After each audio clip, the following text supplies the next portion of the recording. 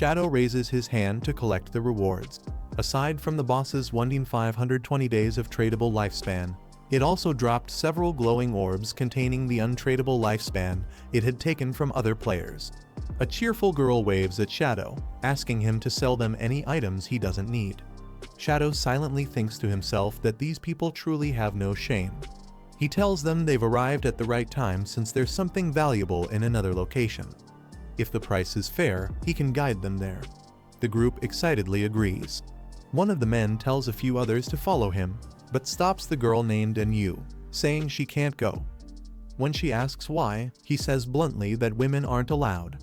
Yu pouts and asks if Shadow is discriminating against women. She strikes a seductive pose and suggests she tried to seduce him, only to realize he might actually like men. Yu annoys Shadow with her flirty behavior, prompting him to flick her forehead to shut her up. Shadow then explains there's a divine core tower outside the northern city wall. Clearing it will reward players with valuable items. However, since the NPCs inside are highly discriminatory, any team with a female member will face 10 times the difficulty. As Shadow prepares to depart, Yu and another red-haired girl cheerfully wave goodbye and decide to hunt monsters nearby instead. Shadow invites a few male players to follow him. One of them is nervous, realizing it's his first time teaming up with Shadow, while another gets excited, calling it a rare chance to learn from a top player. The students struggle to keep up with Shadow's fast pace, shocked by how quickly he dispatched monsters. He calmly reviews the loot, noting that 20 items dropped, 2 of which are suitable for his class. One of the drops is a dagger called Forest Bone Blade Jade, which boosts armor penetration and agility.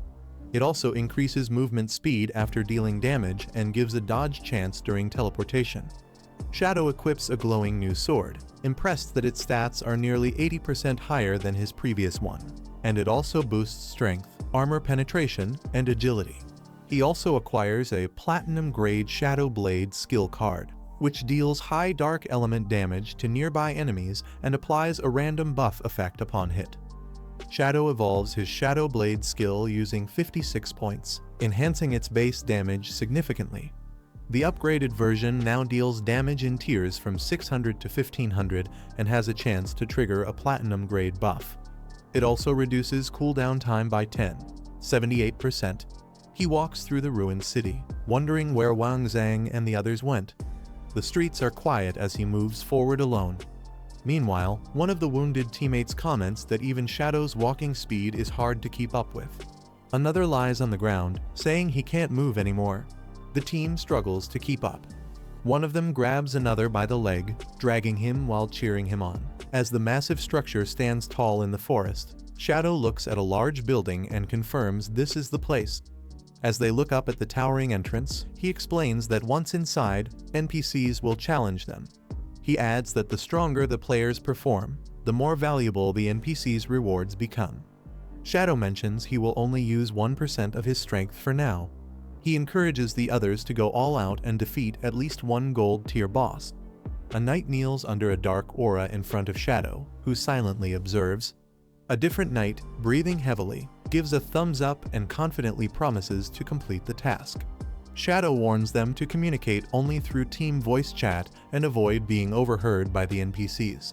He assures them that after the challenge, they'll be able to buy valuable items from the NPCs. As the large doors creak open, as Shadow walks forward, a mysterious robed NPC greets the group and welcomes them to the Tower of Divine Authority. He says they can trade with him if they pass the challenge. One of the players wonders aloud what the boss is like and is surprised that this game has such realistic NPCs. Shadow tells them to simply follow his commands during the battle, as it will be easy.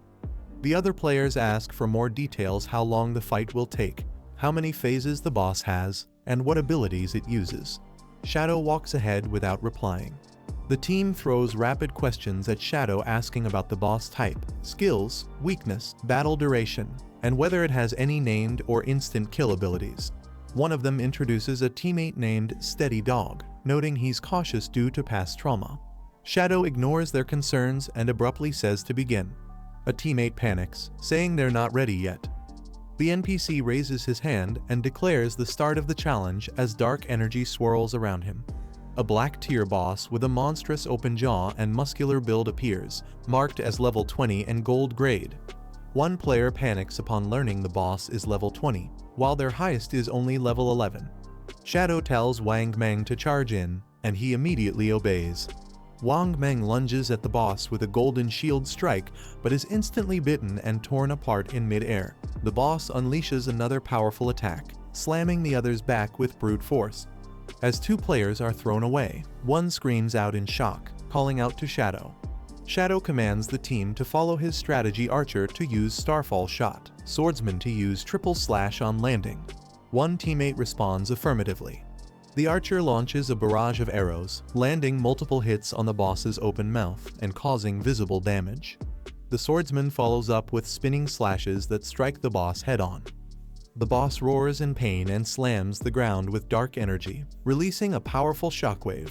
The boss unleashes a chaotic burst of dark energy as Shadow steps in and tells the others to retreat. Shadow announces that the boss has gone berserk and he'll handle it, instructing the team to stay back and prepare the oil. Two teammates are nearly hit by the boss's wild attacks and narrowly escape, shouting in panic. Shadow charges forward and unleashes a powerful skill, Shadow Blade, slicing through the air toward the boss. Shadow's Shadow Blade strikes the boss's weak point, causing 4,500 damage. The hit successfully breaks the boss out of its berserk state. The boss stumbles, and the status text confirms the berserk mode has been dispelled. The teammates joke that Shadow must have removed his gear to deal such low damage. They laugh, saying he stayed in the corner the whole time and probably fooled the NPC into thinking he's a noob. One of them compliments Shadow for knowing the stronger the players perform, the better the rewards. He then asks how Shadow knew that information. Shadow explains that the game hides many secrets, and valuable information is often buried in ruins. He asks if they've been putting in the effort to explore and grow their knowledge base. The team falls silent, looking embarrassed and unsure how to respond. The boss, now engulfed in flames, begins to roar wildly, releasing intense energy. Shadow warns them that the boss is about to do a clockwise flame attack. He emphasizes the need to dodge immediately, as the burning oil on the ground can kill within 3 seconds. As the boss breathes fire, one of the players yells at Old Dog for running in the wrong direction. Shadow observes that it's too late. Wang Meng must activate invincibility to survive. Wang Meng shields himself just in time, taking the full brunt of the flames while holding his position. Shadow praises the defense and instructs the team to unleash their most powerful skills as soon as the flames stop. As the flames fade, the team unleashes their strongest skills: swords slash down, arrows fly, and spells rain on the boss. Multiple damage numbers appear rapidly as the boss is overwhelmed by the team's full-force assault. A system message confirms the defeat of the level 20 black tier boss. The team stands proudly as "Congratulations" flashes across the screen. Shadow explains the boss's berserk trigger. It activates once HP drops below 70%. But if the berserk state is removed, its strength becomes equivalent to a silver tier boss. The robed NPC appears again, laughing eerily. He praises the group, calling them the first players from Blue Star to clear the trial of suffering. The NPC announces that as long as they remain alive, they can now exchange for the Book of Godhood from him. This is the end of the video. If you guys want to see the next part, then don't forget to subscribe and like the video.